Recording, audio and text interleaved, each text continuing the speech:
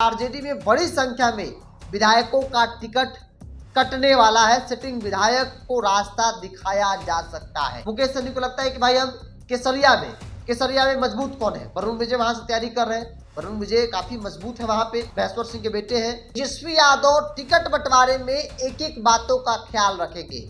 कौन जीत सकता है इस बार, आरजेडी हो, वामदल हो या कांग्रेस हो, कोई भी बकसने के मूड में नहीं है। आरजेडी के सिटिंग विधायकों ने धोखा दे दिया। वीआईपी के लिए प्रचार प्रसार नहीं किया कि भाई किन किन विधायकों का टिकट काटना है। तेजस्वी यादव ने उसको लिस्ट जो है वो तैयार कर ली है। वफादार नहीं है संगठन के प्रति, जो संगठन के प्रति समर्पित नहीं है, उन्हें इस बार रास्ता दिखा दिया जाएगा, खास तौर पर सिटिंग विधायकों।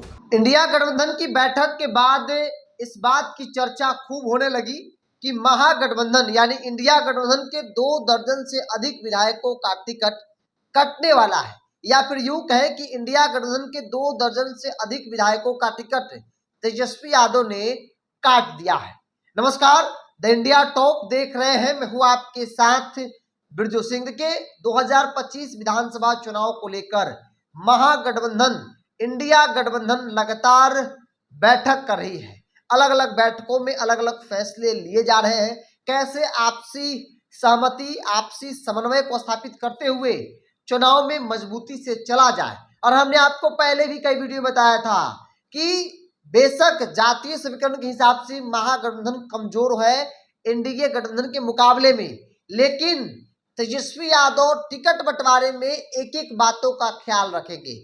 कौन जीत सकता है, किसका क्या स्थिति है, किन विधायकों का टिकट काटना है ताकि पार्टी और मजबूती से चुनाव लड़े और वहां पर चुनाव जीते। और इन तमाम चीजों को लेकर तेजस्वी यादव की रणनीति पहले जो है वो बन चुकी है।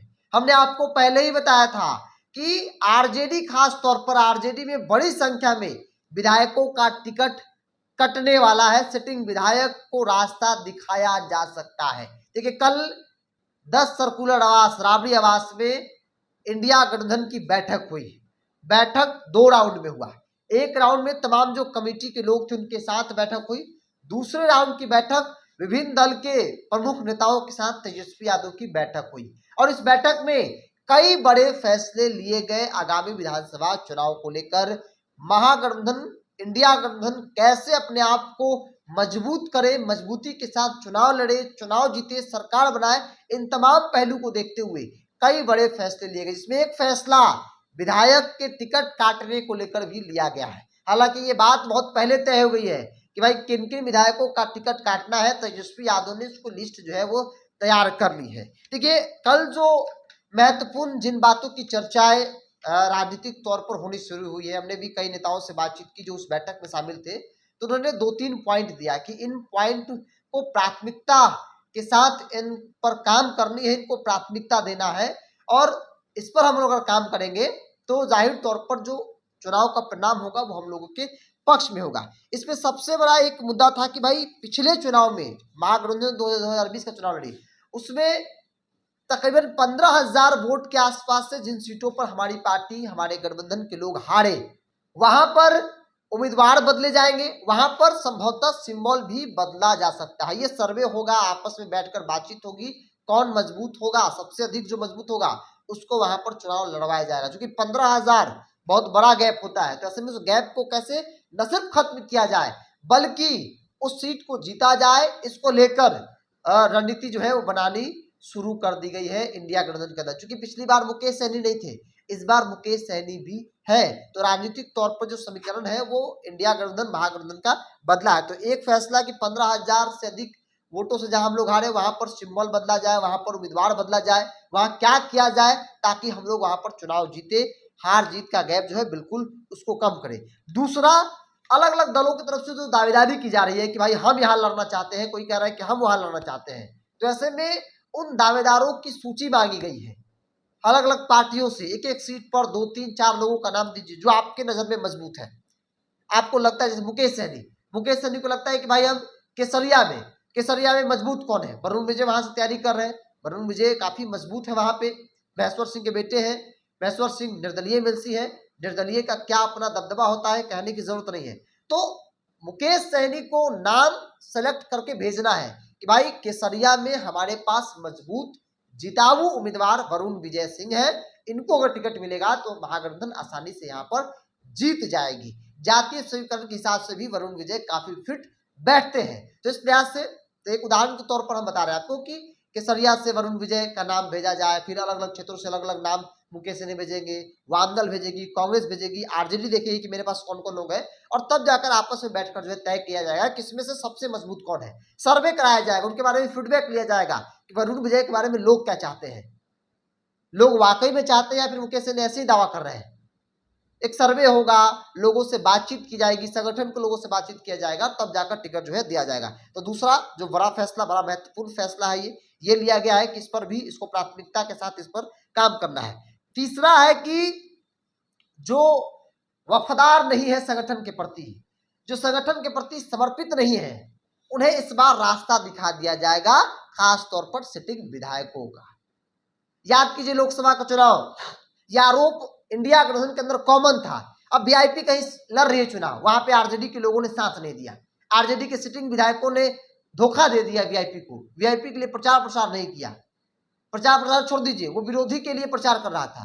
कई ऐसी सीटें थी, एक हार का कारण ये भी था।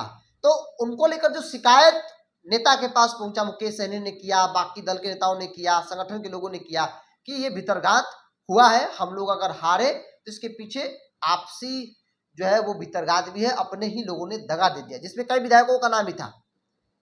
एक मुकेश रोशन के नाम की चर्चा हो रही थी कि मुकेश रोशन ने लोकसभा चुनाव में रिश्तेदारी निभाई, दोस्तियारों निभाई और पार्टी के साथ भीतरघात किया। तो वैसे विधायकों का टिकट कटेगा।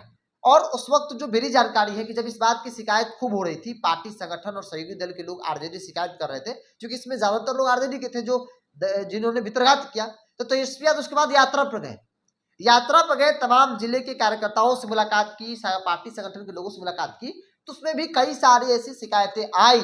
और उसके बाद तेजस्वी यादव ने बाकायदा एक लिस्ट बनाया, जो जानकारी है उन विधायकों का जिन्होंने धोखा दिया, जिन्होंने दगा दिया, जिन्होंने भीतरघात किया पार्टी गठबंधन के साथ। और जाहिर तौर पे आप आरजेडी से जीते हैं, आप कांग्रेस से जीते हैं, और लोकसभा चुनाव में आप आरजेडी, कांग्रेस अपने सहयोगी दल को धोखा दे रहे हैं, अपने सहयोगी दल के लिए प्रचार नहीं कर रहे हैं, तो ये तो दगा वाली बात हुई, ये तो भीतरघात हुआ। तो वैसे विधायकों पर इस बार कोई रहम नहीं करने वाला है।